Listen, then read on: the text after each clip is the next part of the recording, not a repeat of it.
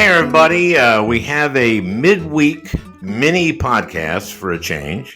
And I mean that. This is a departure. The White House announced earlier this week that President Biden has decided that we will be pulling our remaining troops out of Afghanistan by September 11th, the 20th anniversary of the attack by Al Qaeda on the World Trade Center and the Pentagon, and what we believe would have been the Capitol if those brave souls on United Flight 93 had not taken on the hijackers.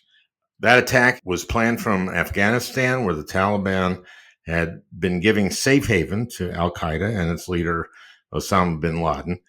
Peter Bergen produced the first TV interview of bin Laden by Western media back in 1997. I interviewed Peter for this podcast last January, about a month before Trump and his administration had reached an agreement with the Taliban to withdraw our troops from Afghanistan by May 1st of this year. The decision announced earlier this week is an incredibly difficult one. As Bergen said in our wide-ranging interview, there are no good decisions here. I say wide-ranging interview because Bergen and I spoke about a lot of subjects that day encompassed by his book, Trump and His Generals, and we're playing just about 8 or 9 minutes about Afghanistan and bin Laden, and I think you'll find it very interesting. I know I did. I've been to Afghanistan 5 times on 4 USO tours, and once as a U.S. Senator in 2010. I traveled with Carl Levin, chairman of the Senate Armed Service Committee at that time. And I have to say, my experience was that I learned a lot more about both wars, Iraq and Afghanistan, on my USO tours. Senator Levin and I stayed at the embassy in Kabul. We had dinner with the ambassador and members of the Afghan government, with cabinet members. We met with President Karzai. We spent quite a bit of time with General McChrystal. We went to a forward operating base where we were briefed by this British officer who was straight out of Monty Python with a pointer and a blackboard. And we have a company here, 128 strong. And over here, 2 platoons, 73 strong. Now, this is in 2010, and we had begun a buildup of our troops in Afghanistan, ordered by President Obama. I met with the CIA station chief. I met with the general who was in charge of training the Afghan troops. And I got to say, I learned next to nothing. We were told exactly what they were supposed to tell us. Nothing that they told us was going to happen actually happened. And it was basically a dog and pony show. On the other hand, when I was on tour with the USO, we would go every day to 2 or 3 or 4 DFACs. DFACs are dining facilities. And every time I got my tray and started heading toward the tables to sit down, I could see guys who wanted to talk, who wanted to tell me what they were experiencing. I met with guys who were gung-ho. I met with guys who were freaked out, especially guys who were outside the wire most of the time, guys who hated the war but loved their buddies. I met a 1-star general in Iraq who told me on my second trip in 2004, I have to respect the President of the United States, but if I got Rumsfeld in my sights, I would not hesitate to squeeze off a round. I learned nothing on the CODEL, my congressional delegation trip, or next to nothing. And I don't know how much we learned in what will be an almost 20-year war. Not long after this interview that I did last year with Peter Bergen, the Trump administration made that deal with the Taliban that we would leave by May 1st. And now we're extending to September. They announced that we will be out by September 11th. I have no idea why they chose to peg it to the anniversary. That just seems like an odd choice. But as Bergen says, in this kind of thing, there are no good choices. Certainly not a good choice for women in Afghanistan. But what would staying there ultimately do? Some choices are worse than others. And in this case, let's hope the president has chosen wisely. So when we come back, I'll be talking to Peter Bergen.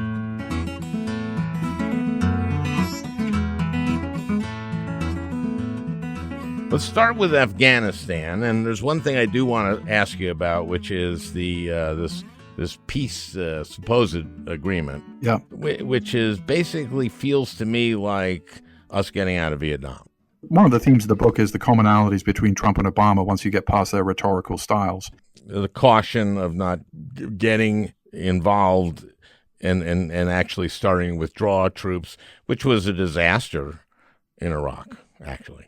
It was. I mean, and, it was George W. Bush plan that the Obama team then implemented, and they wanted to get out.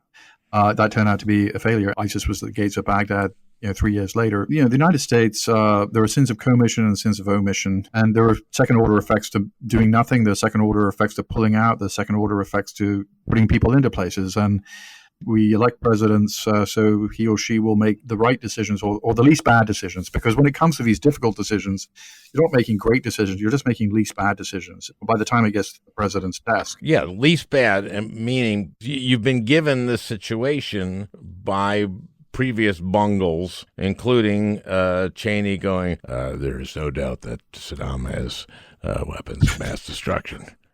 And that was just not true. It wasn't. So in Afghanistan, Obama wanted to draw down to zero. And then after a lot of discussion with his team, at the end of his second term, he left 8,500 troops there. There was some risks going to zero, including the Taliban takes over much of the country and ISIS and Al-Qaeda had this sort of launching pad. Which is kind of what I feel like is going to happen 3 years from now or whatever that time frame is. Yeah. By the way, this is an agreement with the Taliban. It's not ratified by the Senate. Or it isn't an agreement with the Afghan government. Right. So it's kind of in some ways, not a very meaningful piece of paper. And the Taliban, I was in Afghanistan when the Taliban ran the place.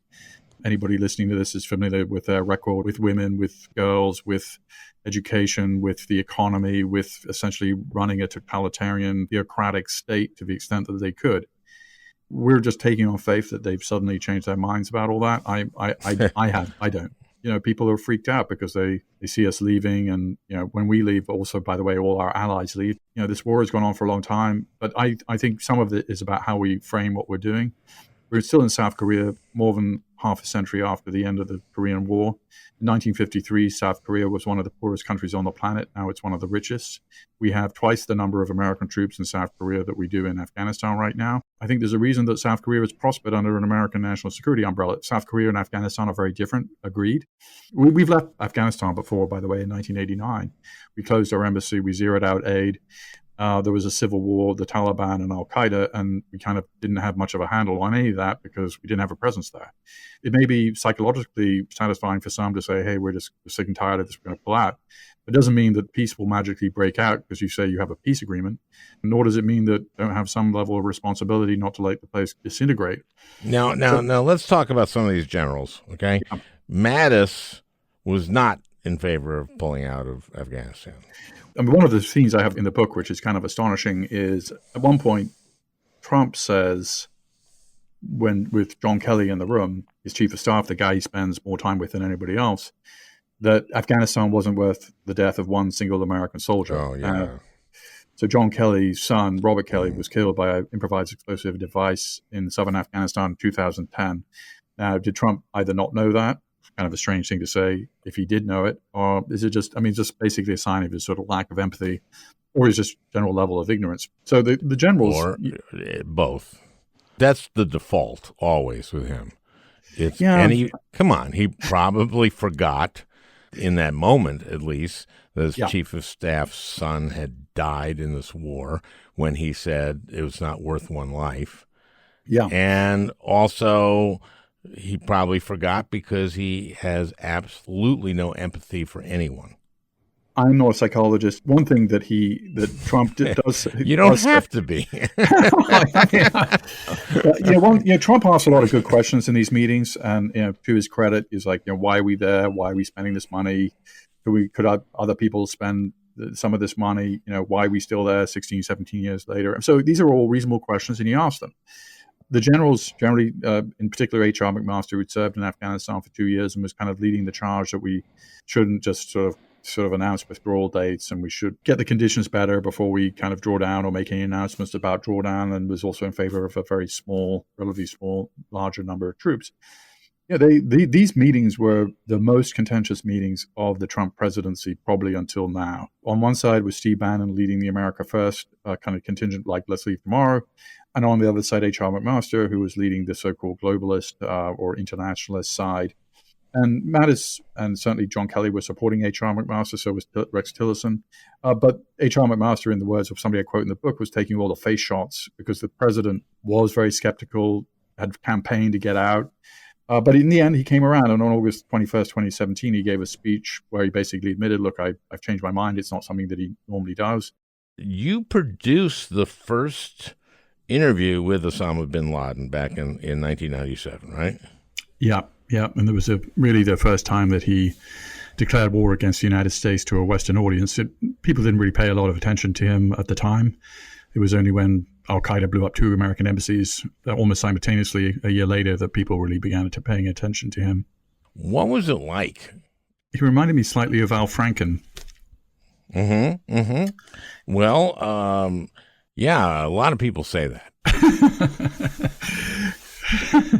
No, he was, very serious person surrounded by a lot of very serious other people. We knew very little about him when we met him in 97. I didn't even really know exactly what he'd look like.